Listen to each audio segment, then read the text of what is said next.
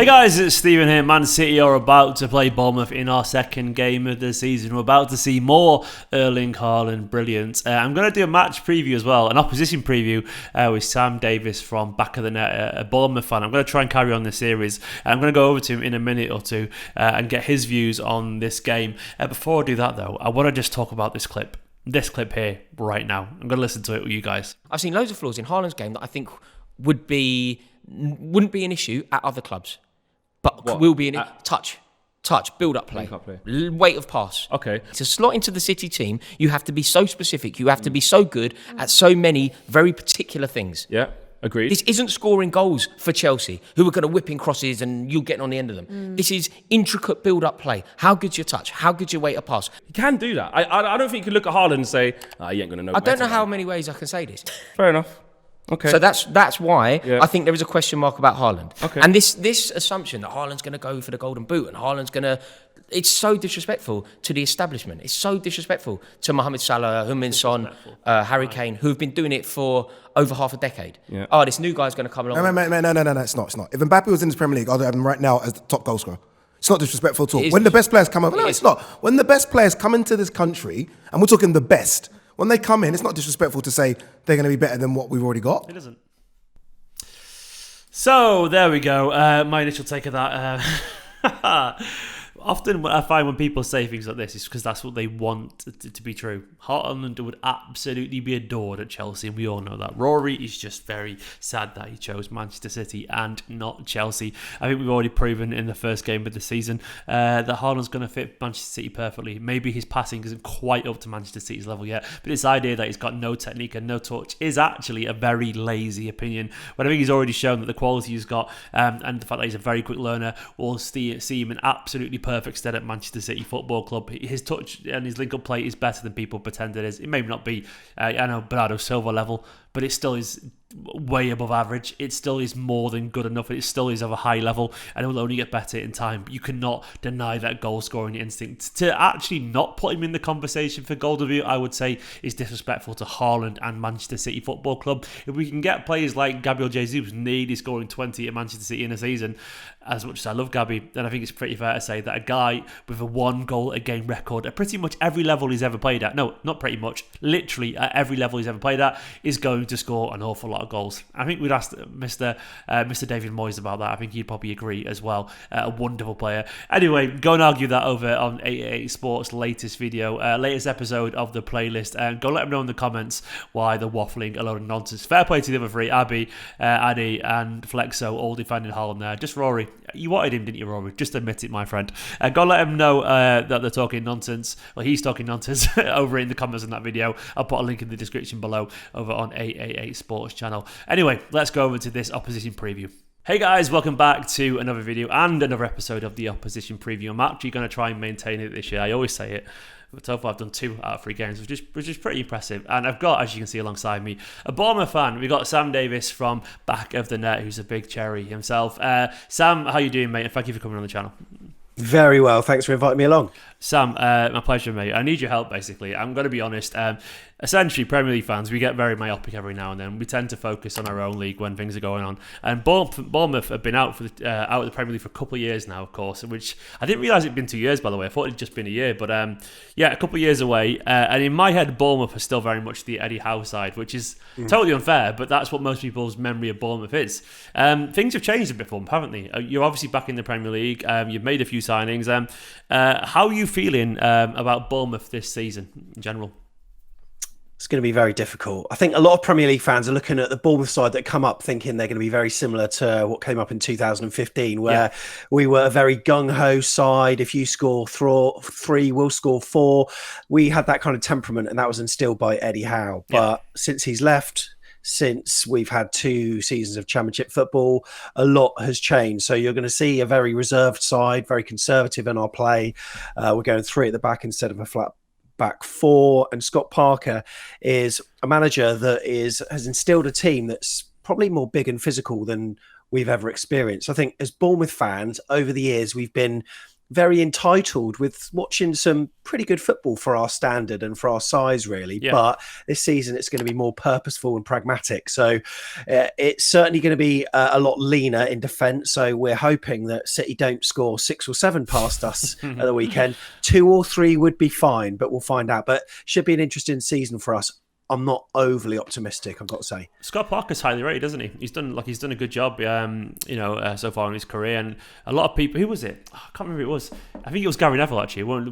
You were there. We were in the same room at the overlap together, and like Gary Neville was talking a lot about how Scott Parker was really impressive when he was going for his coaching badges, and obviously he's got you back, in the Premier League, which you must be delighted with. How's it been the Scott Parker reign so far compared to the Eddie Howe one? Yeah, it's been all right. It's been very different. I mean, when in the Championship last season, his first season with AFC Bournemouth, we started with a load of academy products and loans and free signings. So we were very frugal. But then midway through the season, when the board obviously realised, hang on a sec, we got a chance here, then they ploughed some money in. So on deadline day in January, we signed like 5 players, including Nat Phillips from Liverpool on loan, Todd Cantwell, players of that calibre. And Scott Parker, I find his play is a little negative at times. He picks and chooses his moments, but he's a really good manager, I've got to say. And you can see these little behind the scenes video on the official club website, and all the players are completely tuned in, to what his like halftime team talks and all that kind of stuff. And he really gets them motivated, and he's a kind of manager that does these speeches where if you're a player, you'd probably run through a brick wall for him. So he certainly makes the most of a squad that is, very talented, but, not quite Premier League standard. So hopefully that's what's going to help us stay up this season. But it'll be interesting to see what happens. I think there's obviously sometimes a need or necessity, at the very least, for more pragmatic football. I think it's probably our manager's fault, but like passing attractive football has been glamorized and unfairly, in my opinion. And this is coming from someone who watches probably the best football in the world. It's been often maligned as the wrong way to do it if you're not passing it around and so on. But I don't think that's always fair, because there's many ways to solve the same problem. And like, look, as much as Eddie Howe's football was great, but ultimately it didn't really keep you up. And look, Parker's football may not be the most exciting. I'm going to trust your word on that because I haven't been paying much attention. But is there maybe an argument from the outside looking in that that's probably possibly what you need to stay up there or get up in there in the first place? Yeah, I completely agree. That is what we need. We've got physical presence this season, which is probably what we need, and that's where we're going to dominate, if we're going to dominate in any areas. Because under Eddie Howe, he liked to play with the ball. Most games that we would play in the Premier League, we'd have the higher percentage. But against Aston Villa last weekend, we only had about 33% of the ball. So we'll be trying to soak it up and choosing our moments. And we'll have to play to our strengths. I think a sort of hybrid of Man City and Burnley would be great for us. So if it's anything like that, we'll take it. Old Burnley, of course, because now Vincent Kompany's over at Burnley and he's ripping things up. Cruyffy and Kompany, which is interesting. But let's go talk about the Villa game, actually, because obviously, if people aren't familiar with the score, Bournemouth beat Aston Villa 2-0 at home, which is obviously huge for you guys. I mean, these are the kind of games, it's such a cliche, and everyone hates a cliche, but it's sort of true, man. Like, if you're going to stay up, these are the kind of games that you want to be winning, because, I'm sure Scott Parker's not going, Etihad, that's where we're getting our 3 points. He's looking at this game, isn't he? Look what you just had. 2-0. Look, I didn't watch the game because obviously I was paying attention to City, but I'm looking at the stats and it looks like you said you're only 34-33 per possession. They had twice as many shots. I mean, was that reflective of the game? Did you feel like it was a deserved 3 points from your perspective, and how did it unfold? I think it was a deserved 3 points. If you actually look at the stats, most of their shots were actually outside the area. That's what we limited them to.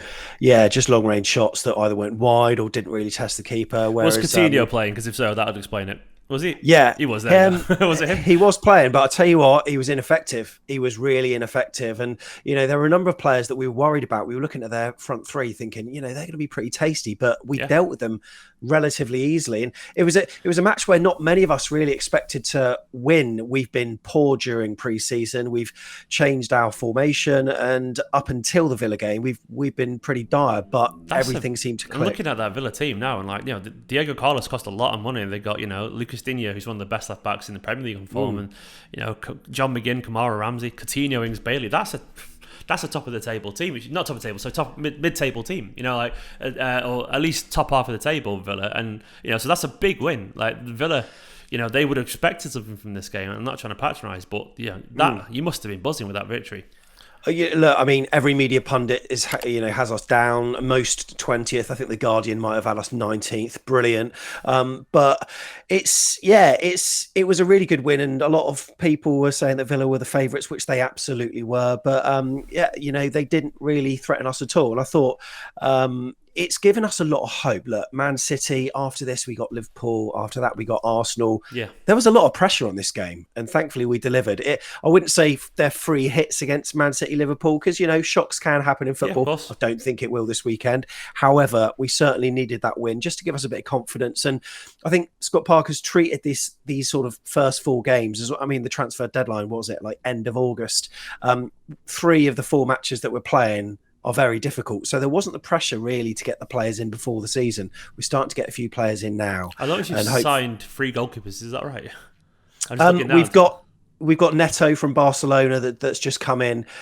He's the second goalkeeper. It's unclear what his role's going to be, because Mark Travers did incredibly for us in the Championship. He's pushing for Ireland's number 1. Whether he'll disrupt Travers, not too sure, but really good backup and experience. And also we signed Marcus Senesi as well from Feyenoord as well, highly rated centre-back for about 15 million. Decent money. And that's the position where we've really needed to strengthen. So that's huge for us, and wouldn't be surprised if he chucks him straight in against City, because he needs a few games to bed in, and why not just do it now? He'll be fit enough. Let's go for it. Better test than Erling Haaland on your debut to manager, so that's a hell of a test. And look, if he comes out vaguely smelling of roses against that, and then that's a hell of a confidence booster for him as well, because once again, no one's expecting him to shut down Man City entirely, because it's just really hard to do. I mean, so what kind of lineup would we be expecting a City fans to come up against? Like, what kind of formation, what kind of 11 would you predict for Bournemouth? It'll probably be a 5-3-2, or we may go 5-3-1-1, to be honest. But if you're wanting sort of individual names, just a rough estimation, got to be interesting to know. Yeah, Mark Travers in goal. We'll have a centre back 3 of Marcus Senesi, Lloyd Kelly, highly rated young England player. Yeah. On the left hand side, probably Chris Mepham as well. On the right hand side, Adam Smith, got loads of Premier League experience. On the left hand side, one of our academy products from a couple of years ago, Jordan Zamora. Mm-hmm. Just ahead of that, we'll probably have Ben Pearson. Alongside him, Jefferson Lerma, highly rated Colombian, really tough tackler, and we'll need him in there. Other than that, Dom Solanke will be up top, and then the attacking players, it could be a mixture of them, to be honest. So I wouldn't necessarily want to predict, but Phil Billing, our lanky Danish player, might be one of them. And I think we'll need something. Technical quality isn't going to be as good as Man City, so we might as well go with height. Also, Kiefer Moore could be a shout as well. So it'd be interesting to see who we play actually. Yeah, I mean, I'm expecting you guys to sit quite deep, in general, just try and, park the bus. And I don't blame you. I'd be in exactly the same if I was Scott Parker in this circumstance. I mean, look, it's obviously a big ask, the Premier League champions, and you've just come up and so on. But what's your head saying for this game, for Bournemouth, and your expectations? Well, I think my head's saying a Man City win. And it's one of these things, I said on a recent podcast that we did. In the Championship, right, we woke up every single match day and we thought we could win it. Yeah. Now there's probably 40% of matches that we're waking up thinking, oh, God, why do we have to travel up there? And it's a long way for you as well, isn't it? It's a long way. Yeah, Man City's one of them. And also, we don't get the true sort of atmosphere. I know that various clubs in the Premier League have got, atmospheres that are questionable, so they say. But if you're a Man City fan and little old Bournemouth coach, it's hard to raise yourself against them. So the atmosphere is not going to really... But if it's Liverpool, it's, the stadium's raucous and whatever. It's so different. Whereas Bournemouth, not quite the same. So we're not even going to get the atmosphere. I would disagree in that instance, because it's the first game of the season. So there's going to be a lot of Haaland is going to be there, the new signings or whatever. And the first game of the season, that the atmosphere, it's always electric, isn't it? The first game of the season. People are excited, the football's back, and it's going to be. Are you going to the game as well? Yeah. It's going to be hot, man. Bring your sun cream. Like it really is. It's going to be very, very warm. And I think I do think until everyone gets too tired because they're absolutely melting, I think it will be a decent atmosphere at the start. It just personally, I'm obviously expecting City to win. I saw the odds, and I've never seen odds of 45-1 for an away team to win before, which is quite ridiculous. I think that's a little bit disrespectful actually, because I do actually think football's mad, and the expectation, the heat is such a leveler, and you could easily frustrate Man City with the sun glaring in their eyes and us not playing particularly well. I don't ever think games are won before they kicked off. I think it's just naive to think that. And like, Bournemouth and Scott Parker, Scott Parker's not stupid, and I think he'll be aware of the expectation. What is your hopes for the season then? Like, do you think you've got a good chance of staying up? Obviously, you must believe that as a fan, but would that be something that you're not expecting as such? But how do you feel about it?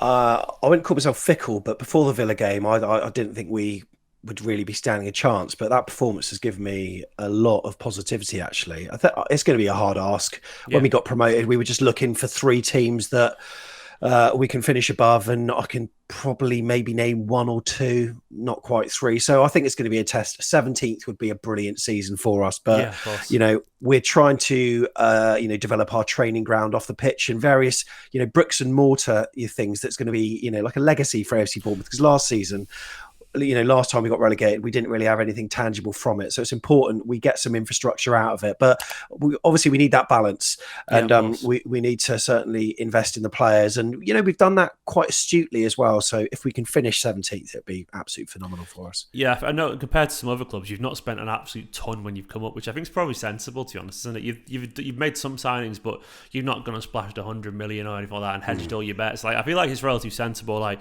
just enough, hopefully, that you can stay up. If not, you've still got the money. Then obviously, if you go down, to try and come back the next year, and as you said, invest in your facilities and so on. Which I think is a sensible plan. A little bit, but not too much.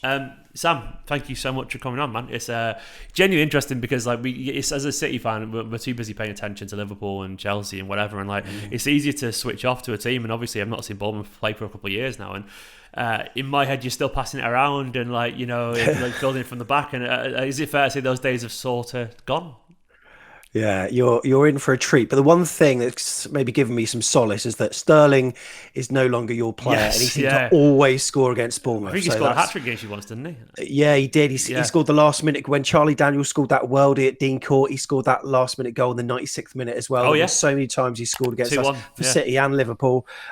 So at least that can't happen. But there's a certain other. Well, you got Chelsea man to worry about as well. That's right. Yeah. Well, thank you very much, Sam. It's been an absolute pleasure, guys. Of course. There's loads of great content creators, not just Manchester City fans. Sam obviously does wonderful stuff over at Back of the Net. Go and check them out. There will be a link in the description so you can go subscribe to their channel. It's wonderful stuff. I was watching one of the vlogs earlier. You went to an academy game, which I really enjoyed as well. I always love a good academy vlog and stuff. It's pure, isn't it? I love academy football, by the way. It's just such a purity to it all and a simpleness to it. But Sam, thank you very much. Go and check out Sam's channel, of course. And if you like this kind of content, the Oppo Previews, let me know down in the comments. Give this video a like, all the usual stuff. Hit the notification bell, subscribe, all that stuff. Check out Sam's channel, and I'll catch you all very, very soon. In a bit.